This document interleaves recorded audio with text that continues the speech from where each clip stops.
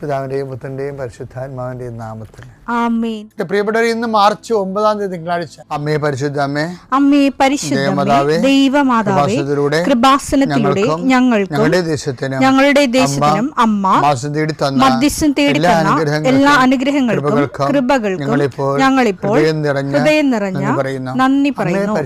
അമ്മേ പരിശുദ്ധമ്മേ, ദൈവമാതാവേ, 2004 ഡിസംബർ 7 ഉച്ചകഴിഞ്ഞ് 2:30 കൃപാസനത്തിൽ സംഭവിച്ച അമ്മയുടെ പ്രത്യക്ഷപ്പെടലിനെക്കുറിച്ച് തിരുസഭയ്ക്ക് സമർപ്പിച്ചിരിക്കുന്ന പഠനരേഖകളുടെ മേൽ സഭാത്മകമായ പഠനം ആരംഭിക്കുവാൻ ഞങ്ങൾ പ്രാർത്ഥിക്കുന്നു.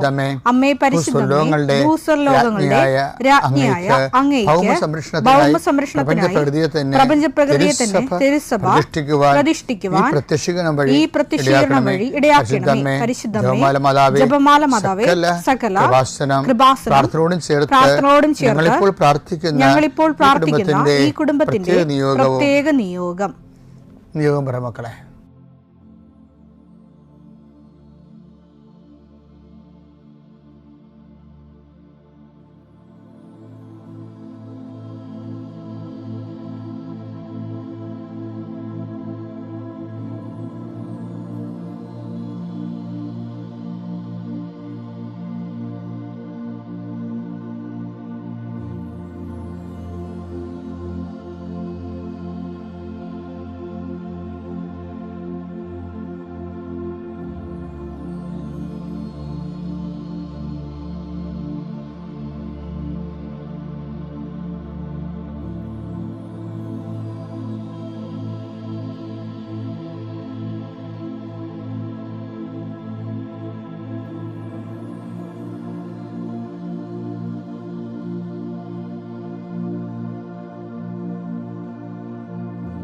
അമ്മയുടെ പ്രത്യക്ഷീകരണത്തിന്റെ ഈ അനുഗ്രഹവേളയിൽ ഞങ്ങൾക്ക് സാധിച്ചു തരുവാൻ കനിയണമേ. ആമേൻ. വിശ്വാസ പ്രമാണം.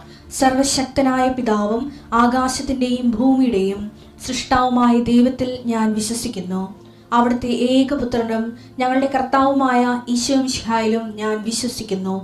ഈ പുത്രൻ പരിശുദ്ധാത്മാവിനാൽ ഗർഭസ്ഥനായി കന്യകാമറിയത്തിൽ നിന്ന് പിറന്ന് പൊന്തിയോസ് പീലാത്തോസിന്റെ കാലത്ത് പീഡകൾ സഹിച്ച് കുരിശിൽ തറയ്ക്കപ്പെട്ട് മരിച്ച് അടക്കപ്പെട്ട് പാതാളങ്ങളിൽ ഇറങ്ങി മരിച്ചവരുടെ ഇടയിൽ നിന്ന് 3-ാം നാൾ ഉയർത്ത് സ്വർഗത്തിലേക്ക് എഴുന്നള്ളി സർവശക്തിയുള്ള പിതാവായ ദൈവത്തിന്റെ വലതുഭാഗത്തിരിക്കുന്നു. അവിടെ നിന്ന് ജീവിക്കുന്നവരെയും മരിച്ചവരെയും വിധിക്കുവാൻ വരുമെന്നും ഞാൻ വിശ്വസിക്കുന്നു. പരിശുദ്ധാത്മാവിലും ഞാൻ വിശ്വസിക്കുന്നു. വിശുദ്ധ കത്തോലിക്കാ സഭയിലും പുണ്യവാന്മാരുടെ ഐക്യത്തിലും പാപങ്ങളുടെ മോചനത്തിലും ശരീരത്തിന്റെ ഉയർപ്പിലും നിത്യമായ ജീവിതത്തിലും ഞാൻ വിശ്വസിക്കുന്നു. ആമേൻ. സ്വർഗ്ഗസ്ഥനായ ഞങ്ങളുടെ പിതാവേ, അങ്ങയുടെ നാമം പൂജിതമാകണമേ. അങ്ങയുടെ രാജ്യം വരണമേ. അങ്ങയുടെ തിരുമനസ് സ്വർഗത്തിലെ പോലെ ഭൂമിയിലും ആകണമേ. അന്നു വേണ്ടുന്ന ആഹാരം ഇന്ന് ഞങ്ങൾക്ക് തരണമേ.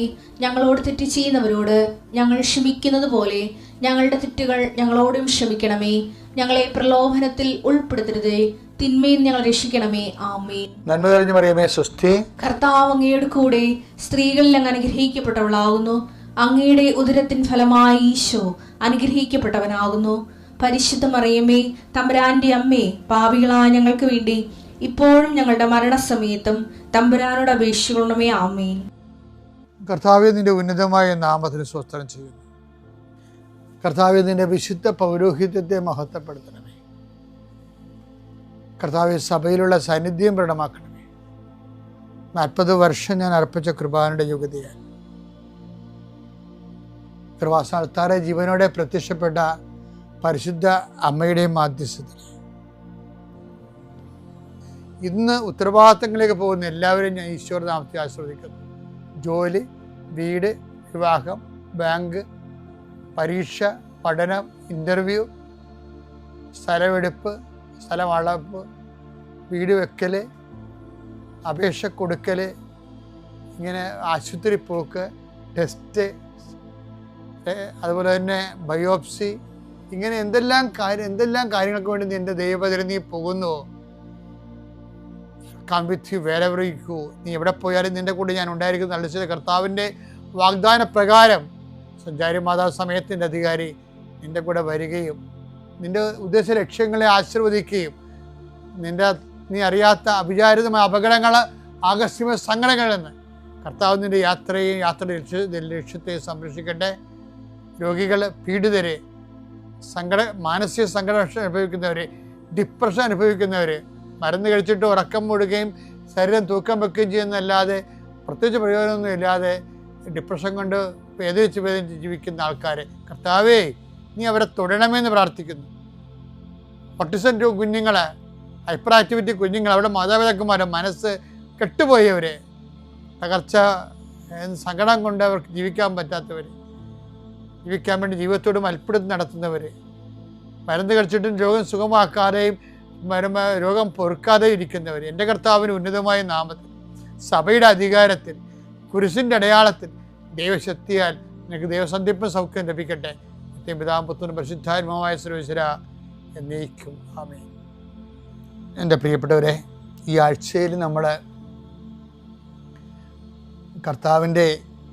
കർത്താവ് മനസ്സ് നിറഞ്ഞ് പറഞ്ഞ ഒരു വല്ലാത്ത കഥയാണ് the story of the prodigal son, ധൂർത്തപുത്രൻ്റെ കഥ. അതിന് ഇടക്കാലം കൊണ്ട് സ്നേഹപിതാവിൻ്റെ കഥ എന്നൊക്കെ പറഞ്ഞ് ബൈബിൾ വ്യാഖ്യാനക്കാർ അതിനെ കുറച്ച് മസാലകൾ ചേർക്കുന്നുണ്ട്. പക്ഷേ അതിനും അപ്പുറത്ത് അത് തൻ്റെ കൂടെ നിന്ന് എല്ലാം ഉള്ളതും ഇല്ലാത്തതും ഒരുപോലെ അനുഭവിച്ച ഒരു മകൻ്റെ കഥ കൂടിയാണത്. അത് മൂത്ത മകനാണ്. നമ്മൾ ഈ ആഴ്ചകളുടെ ധ്യാനങ്ങളെല്ലാം ഒരു പൊളിച്ചെഴുത്തും ഒരു പുനർവായനയുമാണ്. അതിൽ നമ്മൾ ആദ്യം കാണുന്നത് ഈ ഇളയ മകൻ അവനെല്ലാം നശിപ്പിച്ച് ദൂർത്തടിച്ച് കഴിഞ്ഞപ്പോൾ ആ നാട്ടിലൊരു ക്ഷാമം ഉണ്ടായി. അപ്പോൾ അവൻ ചിന്തിച്ചു, എൻ്റെ പിതാവിൻ്റെ ദാസന്മാർ എത്രയോ സുഭിക്ഷമായ ഭക്ഷണം കഴിക്കുന്നു, ഞാനോ ഇവിടെ വിശന്ന് മരിക്കുന്നു. ഞാൻ എഴുന്നേറ്റ് എൻ്റെ പിതാവിൻ്റെ അടുക്കിലേക്ക് പോകും. അതൊരു ഡിസിഷനാണ്, തീരുമാനം. എല്ലാ മാനസാന്തരങ്ങൾക്കും ഒരു തീരുമാനമുണ്ട്. തീരുമാനമില്ലാത്ത വെറും ആശയങ്ങൾ മാത്രമായ മാനസാന്തരം സുവിശേഷത്തിൻ്റെ ദൃഷ്ടിയിൽ സ്വീകാര്യമല്ല. ഒരു ഡിസിഷൻ, സക്കേവസും ഒരു ഡിസിഷൻ എടുത്തതാണ്. ഞാൻ എൻ്റെ ആടെങ്കിലും വക വഞ്ചിച്ചെടുത്തിട്ടുണ്ടെങ്കിൽ 4 ഇരട്ടിയായിട്ട് തിരിച്ചു കൊടുക്കുന്നത് എല്ലാം തീരുമാനമാണ്. എപ്പോഴും ഒരു മാനസാന്തര അനുഭവത്തിൻ്റെ തീരുമാനം ഉണ്ടാകണം. അതുപോലെ ഇദ്ദേഹം ഒരു തീരുമാനം എടുത്തതിൽ ഒരു ധൂർത്തപുത്രൻ്റെ തിരിച്ചുവരവിൻ്റെ ഒരു തീരുമാനം എന്താണെന്നറിയാമോ? ഒരു തീരുമാനം, ഇയാൾ വേശ്യകളുടെ കൂടെ സ്വത്ത് ദൂർത്തടിച്ചെന്ന് പറയുന്നത് ആരോപണം മാത്രമാണ്. നമുക്കറിയത്തില്ല, ചേട്ടായി പറയുന്നൊരു ആരോപണമാണ്. ചിലപ്പോൾ ശരിയാകും, ചിലപ്പോൾ തെറ്റാകാം. പക്ഷെ കാശ് പോയെന്നുള്ള കാര്യം സത്യമാണ്. ഗതികെട്ട് നശിഞ്ഞ് നാറാണക്കല്ലും പറിച്ച് തിരിച്ചു വന്നു എന്നുള്ള കാര്യവും സത്യമാണ്. പക്ഷെ എന്നാലും അദ്ദേഹം പറയുന്നൊരു വാക്കുണ്ട്, ഞാനത് റീഫണ്ട് ചെയ്യാമെന്ന് പറയുന്നുണ്ട്. അപ്പൻ്റെ വീട്ടിലത് നിർത്തിയാൽ മതി, ഞാനത് റീഫണ്ട് ചെയ്തോളാം, ഞാൻ നഷ്ടപ്പെടുത്തിയത് എന്നെ ആവുന്നവരെ, മരണം വരെ ജോലി എടുത്താലും ശരി, അപ്പന് നഷ്ടപ്പെട്ടത് ഞാൻ തിരിച്ചു തന്നോളാം എന്ന് പറയും. അതൊരു വല്ലാത്ത വാക്കാണ് ശരിക്കും. ലൂക്കാ 15:18, ഞാൻ എഴുന്നേറ്റ് എൻ്റെ പിതാവിന്റെ അടുത്തേക്ക് പോകും. ഞാൻ എഴുന്നേറ്റ് എൻ്റെ പിതാവിന്റെ അടുക്കിലേക്ക് ഞാൻ അവനോട് പറയും. പിതാവേ, സ്വർഗത്തിനെതിരായും നിന്റെ മുമ്പിലും ഞാൻ പാപം ചെയ്തു. നിന്റെ പുത്രൻ എന്ന് വിളിക്കപ്പെടാൻ ഞാൻ ഇനി യോഗ്യനല്ല. നിന്റെ ദാസരിൽ ഒരുവനായി എന്നെ സ്വീകരിക്കണമേ. ഇപ്പൊ അത് അവന്റെ ഒരു സോളിലോക്കിയാണ്. അവന്റെ മനസാക്ഷി അവനെ ധ്യാനിപ്പിക്കുക. ധ്യാനഗുരുവില്ല, ധ്യാനകേന്ദ്രമില്ല, നല്ല നാട്ടുകാരില്ല പറഞ്ഞു കൊടുക്കാൻ. ഇതൊന്നും ഇല്ലെങ്കിലും ഒരു മനുഷ്യന് മനസാക്ഷി തന്നെയാണ് അവൻ്റെ ധ്യാനഗുരു. കാര്യം നമ്മുടെ തെറ്റും ശരിയൊക്കെ നമ്മുടെ മനസാക്ഷിക്ക് അറിയാം. പക്ഷേ ചില ആൾക്കാർ ദുരഭിമാനം കൊണ്ട്, ഞാനീ ധൂർത്തപുത്രൻ തിരിച്ചു വരെ എനിക്ക് ഏറ്റവും ഇഷ്ടപ്പെട്ടത് ഇവന് ദുരഭിമാനം ഇല്ലെന്നുള്ളതാണ്. അത് നമുക്ക് അടുത്ത ദിവസം കാണാതിനെക്കുറിച്ച്. ഇപ്പോൾ നമ്മൾ ചിന്തിച്ചുകൊണ്ടിരിക്കുന്നത് ഈ ധൂർത്തപുത്രൻ്റെ മനസ്സിൽ അവനൊരു തീരുമാനം എടുക്കുമ്പോൾ ആ തീരുമാനത്തിൻ്റെ ഒരു വിഷയം എന്താണെന്നറിയാവോ? അങ്ങയുടെ ദാസരിൽ ഒരുവനായി എന്നെ സ്വീകരിക്കണമേ എന്നതിൻ്റെ അർത്ഥം എന്താണ്? ഞാനിത് റീഫണ്ട് ചെയ്തോളാം. എല്ലാം ചെയ്യാൻ പറ്റുമെന്ന് അറിയത്തില്ല, ഭീമമായ തുകയാണ്. എന്നാൽ ആ മനുഷ്യന് ഒരു ആഗ്രഹമുണ്ട്, എന്താണ്? പരിഹാരം ചെയ്യണമെന്ന്. നോൻപുകാലം പരിഹാരത്തിൻ്റെ കാലമാണ്. നമ്മൾ ഇപ്പോഴ് ആണ്ടുകുംഭാസം നടത്തുമ്പോൾ പോലും ആ പരിഹാരം ഒരു കാലികമായ തിന്മയിൽ നിന്നുള്ളൊരു പരിഹാരത്തിനാണ് നമ്മൾ പ്രായശ്ചിത്തമായിട്ട് ചെയ്യുന്നത്. പക്ഷെ പ്രായശ്ചിത്തം നമ്മൾ ചൊല്ലുകയാണ് ചെയ്യണത്. ഇയാൾ പറയണത് ഞാൻ പ്രായശ്ചിത്തം ചെയ്തോളാം എന്നാണ് പറയണത്.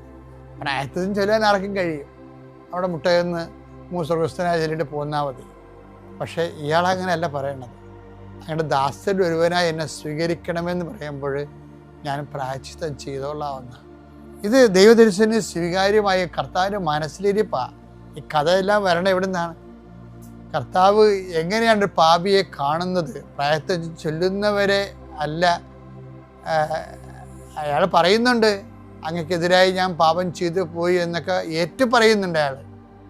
പക്ഷെ പ്രായശ്ചിത്തം അയാൾ ചെല്ലുകയല്ല ചെയ്യണത്, പ്രായശ്ചിത്തം ചെയ്തോളാമെന്ന് പറയണതാണ്. നമുക്ക് പ്രാർത്ഥിക്കാം. കർത്താവായ ദൈവമേ, ഈ നോൻപുകാലത്ത് ഞാൻ അങ്ങയുടെ തിരുസന്നിധിയിൽ അങ്ങനെക്ക് നൽകിയ വിശുദ്ധിയും വരപ്രസാദവും നഷ്ടപ്പെടുത്തിക്കൊണ്ട് അങ്ങയുടെ കൃപയിൽ നിന്ന് അങ്ങയുടെ വിശുദ്ധ രക്തത്തിനെതിരായി ചെയ്ത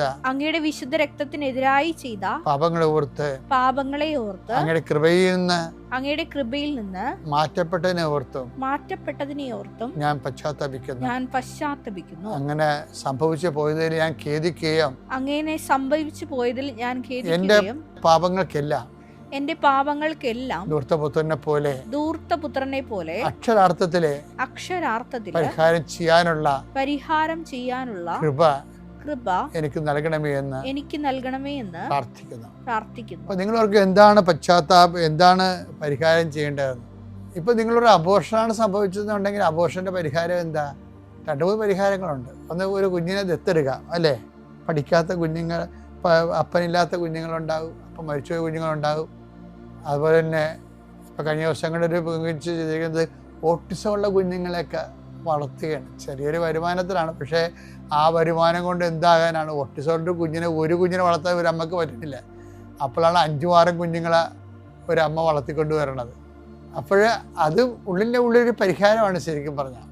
ഇതുപോലെ തന്നെയാണ് ചിലർ അനാഥാലയങ്ങളിൽ പോയി പ്രായമായവരുടെ ഉടുപ്പൊക്കെ അലക്കി കൊടുക്കുകയും അവർക്ക് ഇങ്ങനെ ബോധമില്ലാതെ ഫസ്റ്റ് കോളും സെക്കൻഡ് കോളും ഒക്കെ കഴിഞ്ഞ് കിടക്കുന്ന ആൾക്കാരെ കഴുകുന്നില്ലേ? ഇപ്പം കന്യാസിമാർ 2 പേരൊക്കെ ചിലപ്പോൾ ഉണ്ടാകത്തുള്ളൂ. ഓരോരുത്തരുടെ കഴുകി വരുമ്പോൾ തന്നെ മണി 12 ആവും. അത് നിസ്സാര കാര്യമില്ല. അപ്പം നമ്മുടെ സിസ്റ്റേഴ്സിൻ്റെ ദൈവവിളി എന്ന് പറഞ്ഞാൽ ആ ദൈവവിളിയുടെയൊക്കെ മുമ്പിൽ നമ്മൾ തൊപ്പിയെടുത്ത് ഹാറ്റ് ഓഫ് ചെയ്യേണ്ടി വരും. കാര്യം ഞാനൊരു ജന്മന വൈകല്യമുള്ള കുഞ്ഞുങ്ങളുടെ ഒരു കോൺവെൻറ്റിൽ വയനാട്ടിലോ എവിടെയോ ചെന്നപ്പോൾ DSSകാരുടെ എൻ്റെ മനസ്സ് നിറഞ്ഞു പോയി. 2 സിസ്റ്റർമാർ ആ ജന്മം മൊത്തം ഒഴിഞ്ഞു വെച്ചിരിക്കുകയാണ് ഈ കുഞ്ഞുങ്ങൾക്ക് വേണ്ടി. അവിടെ അമ്മമാർ പോലും നോക്കണതിനേക്കാളുമാണ് അവർ നോക്കുന്നത്. എനിക്കത് എങ്ങനെ അവർ ചെയ്യണമെന്ന്, ഈ ക്രിസ്ത്യൻ ചാരിറ്റി എന്ന് പറയുന്നത് ബൈബിളിലുള്ളതിനേക്കാളും പവർഫുള്ളായിട്ടാണ് ഈ പലരും ചെയ്യണത് ഇന്നത്തെ കാലത്ത്. അതാണ് പരിഹാരം ചെയ്യുക.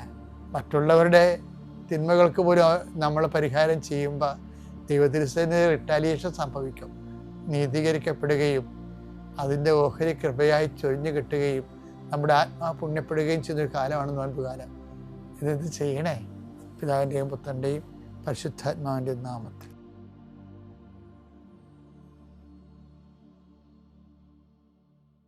അത്യപൂർവ ദൈവാനുഭവങ്ങൾ ഇനി നിങ്ങൾക്കും സ്വന്തം. ഈ യൂട്യൂബ് ചാനൽ ഇതുവരെ സബ്സ്ക്രൈബ് ചെയ്തിട്ടില്ലെങ്കിൽ ഇപ്പോൾ തന്നെ സബ്സ്ക്രൈബ് ചെയ്യുക. ഈ വീഡിയോ ഇപ്പോൾ തന്നെ നിങ്ങളുടെ സുഹൃത്തുക്കൾക്ക് ഷെയർ ചെയ്തുകൊണ്ട് കർത്താവിന്റെ പ്രേക്ഷിതരാകുക.